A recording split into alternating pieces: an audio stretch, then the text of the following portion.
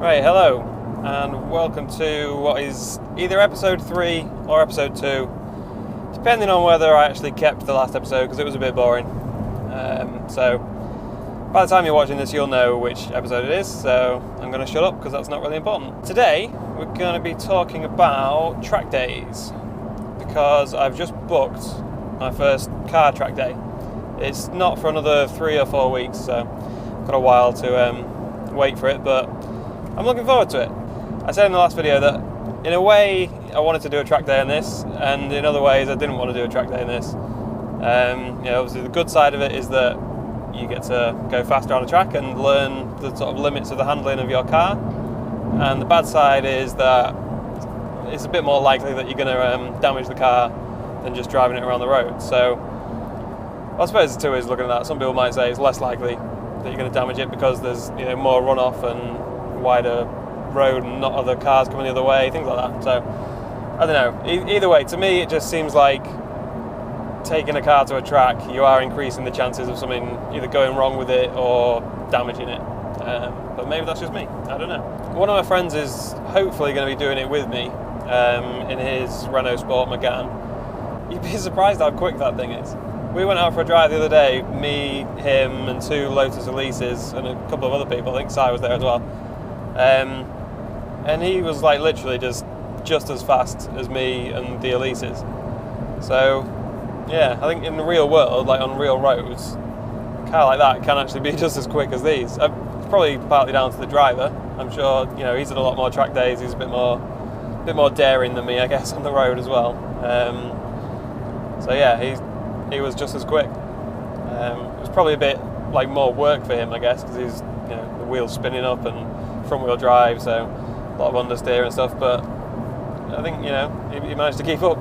So I'm looking forward to it. I don't really know what to expect. I've done quite a lot of track days on my bike, but I'm not sure how similar car track days are. I think they have some different rules on when you can overtake and stuff like that, but other than that I'm not too sure. I know on the bikes we always went out in like groups of say 20 bikes or whatever. We'd go out for 15 minutes or half an hour or something like that, and then the next group would go and they'd break it up into like novice, intermediate and advanced. But with cars I don't know if they do the same thing. Somebody was saying that they just let you all out, just like open pit lane format where everyone could just go out and come back in whenever they want, which I don't know if I'd like that more or not. I don't know, because then you've kind of got mixed with absolutely everyone, so you're with absolute novices and the absolute track day pros. So I don't know, because to be honest I'd put myself in the novice category, even though this thing is obviously it's going to handle and perform well. I'm not an expert driver, I don't claim to be, so it's going to be interesting. Jesus, it dragged me to the left a lot then when I braked. This is a really tight corner. Let's just go for it. Whoa, Jesus Christ. But yeah, we had a fun drive out with the SupercarDriver club thing. I never know whether to call it a club or not. Club sounds a bit daft, but I think it is called SupercarDriver Club. But anyway, we went out for a drive with them around Lincolnshire yesterday. That was really good fun. Really fast driving. So I didn't realise how fast BMW M5s are. I've never been in one, never really seen many to be honest, but certainly never like driven quickly with one. And it was leaving me for dust at some points. I think it helped that he knew the road, but even so, it was pretty impressive. I still feel weird talking to a camera while I'm driving, because I feel like everyone else is looking at me thinking, what on earth is he doing? Especially in a car like this, where people sort of look at you anyway. Or look at the car at least. That was one thing I wanted to say. I mentioned in the last video about how I don't really like people looking at me, like when I'm driving around or whatever. I do realise that they're looking at the car, not me. Like, that's one thing that annoys me, when people think that everyone's looking at them and it's them that's getting all the attention. People generally couldn't really care less who's driving, they're just looking at the car. So yeah, it makes me laugh sometimes.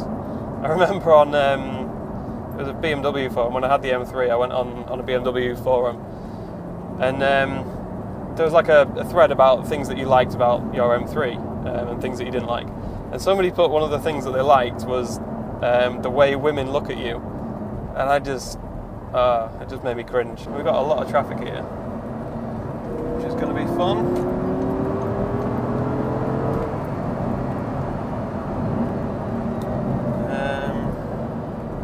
Yeah, we've got like a caravan and a trailer.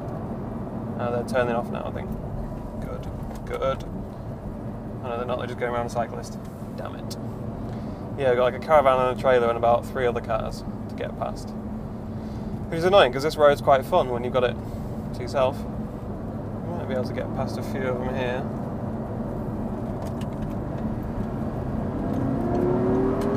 Yeah.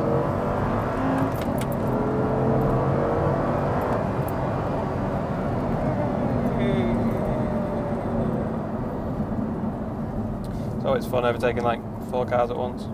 See if we can get past this last one. I always feel like people probably hate you when you steam past about 4 cars that have been sat in traffic. So I remember when that was me, I was sat in traffic for ages trying to find a place where I could overtake someone because I was in a slow car, and then some knob in a BMW or something would just come flying past everyone, like from about 5 cars back. And I guess now I am that knob. Yay. Is that a good thing or a bad thing? I don't know. It's fun when you're doing it, but yeah, I'm sure everyone else probably thinks, dick. Why not? There's no point sitting in traffic if you can avoid it. That's one good thing about a motorbike, is you very rarely have to actually sit behind anyone. You can just go straight past people. Even if this car's coming the other way, you can still fit between people. I know you probably shouldn't, but you can. Yeah, let me know in the comments if you've done a track day in your car, and what you thought of it. Whether you'd recommend it, what it was like, where you did it, what car you did it in. I'm keen to hear other people's experiences and kind of how they went and whether they did cause any damage or anything, because that's the one thing that's kind of putting me off. But I'm sure once I've done it and it's fine, I'll probably want to do another one. But we'll see. I ended up doing loads on my bike when I did the first one on that. I think I did like 10 in about 3 or 4 months or something, which got expensive, but it was fun. And then I crashed my bike. Yeah, so let me know, and I'll report back once I've been on mine and let you all know what I thought of it. But we'll see. We'll see whether it's a good experience or a bad experience. I'll hopefully get to film a few videos. I don't know what their rules are with like filming with GoPros and stuff. I know on bikes they were really sort of picky about it. Like you can only have certain mounts and stuff like that for your cameras. And when we did the drift day, they said you couldn't use suction mounts or anything like that. So I think I probably struggle to film much, but I don't know, I'll try. So yeah, let me know your experiences of track days, and I will speak to you in the next episode.